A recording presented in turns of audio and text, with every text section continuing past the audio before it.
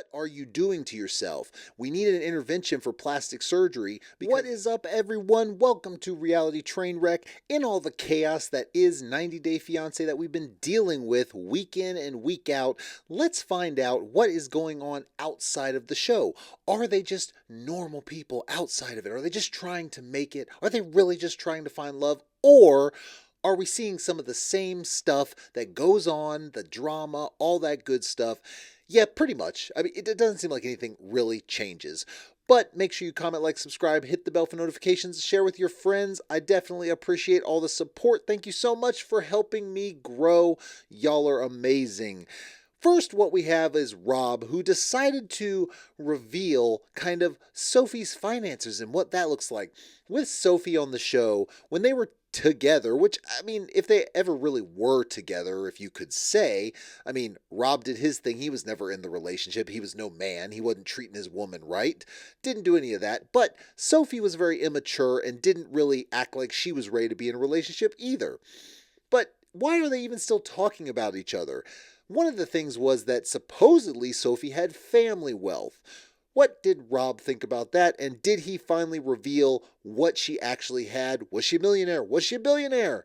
I mean, she tried to present herself as wealthy, so let's see what she got going on. Apparently, Rob was talking to Parade for some reason because I guess he's in a never-ending attempt to remain relevant.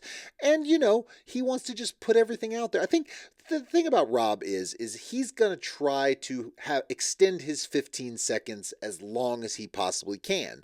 And if he can get a couple vacations out of it, he sure as hell will. So he was talking to Parade, and when they asked inevitably about the money, which rightfully so, because it was kind of a, you know, a pointed conversation that kept being brought up was money, money, money, whereas he didn't live like he had money, so it didn't look like the family was helping them out.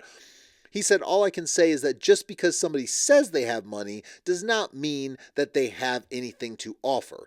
That's an interesting statement because when he says they say they have money but they have anything to offer, are you talking financially or are you talking just in the relationship? Because clearly they didn't work out in the relationship. Nothing changed. Nothing mattered. They weren't meant to be together. I don't know why. Maybe they had great compatibility in the beginning or something. Who knows why they stayed together as long as they did. But everything we saw on the show just looked like madness. Now, could that be the show formulating drama? Of course.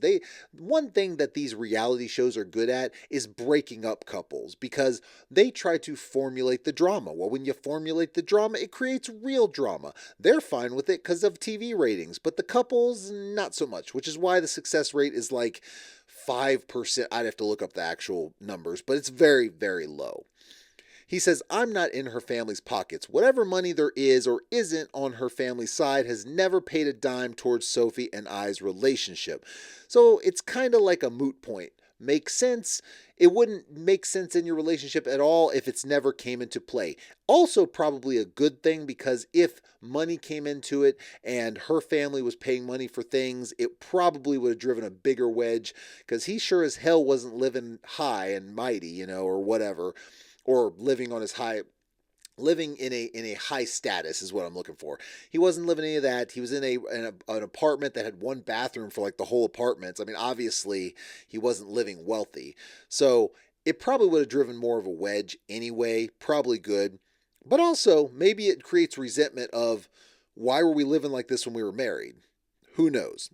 Then she says, and her mom is not rich. Her mom does not know how to make money, how to keep money, how to spend money, how to be responsible. Now, her mom was one of the more trifling people you could have seen. She was all up in their business. She was just trying to get involved in everything, coming off as loving and like, I care about my daughter, when in reality, she wasn't a part of her life for most of it because she was too busy held up with addiction. And if y'all know me and you watch the show, you know that I speak from the place of experience because been there, done that. I know what a piece of garbage I was. So when I say you're a piece of garbage because you were doing all that and you abandoned your daughter, yeah, you are. And I don't know, maybe she's clean now. Sophie claims she's been clean for years and stuff now, but she sure as hell don't have any kind of humble attitude. She came in like a wrecking ball, and it wasn't like a loving, motherly wrecking ball.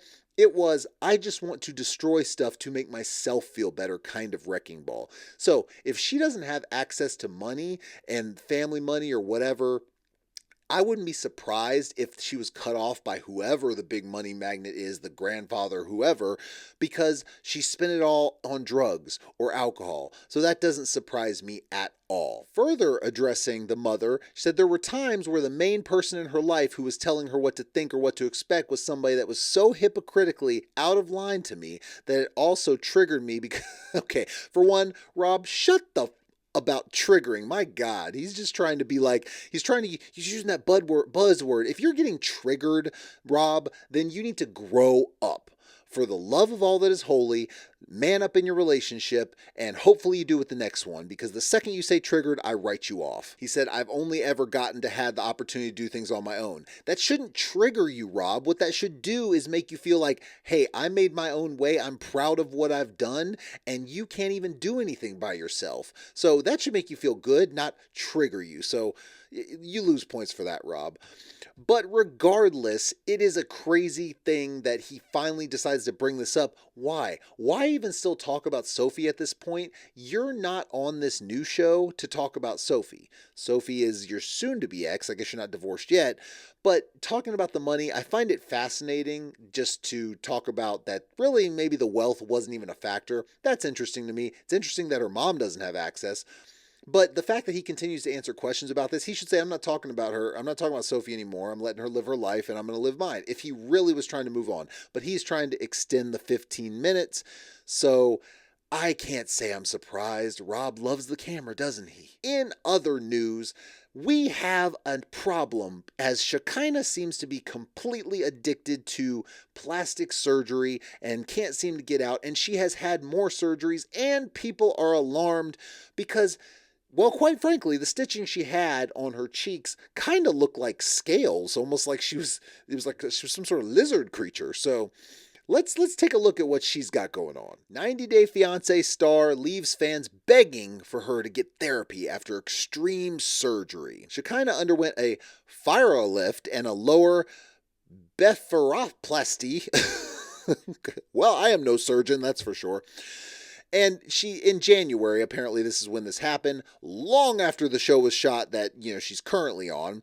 The reality star took to Instagram last week with a video showing her recovery process accompanied by a caption that read, probably just needed a hug, but got a Firet lift type 1 and lower blepharoplasty instead. The Firet lift type 1 is a specialized endoscopic facelift procedure that focuses on lifting and rejuvenating the upper and mid face, particularly the brow, temple, cheeks, which is, you'll see the picture in a minute. But it's not needed. It is not needed. It's often used for patients in their 20s and early 30s who are looking for a fresher, more youthful appearance.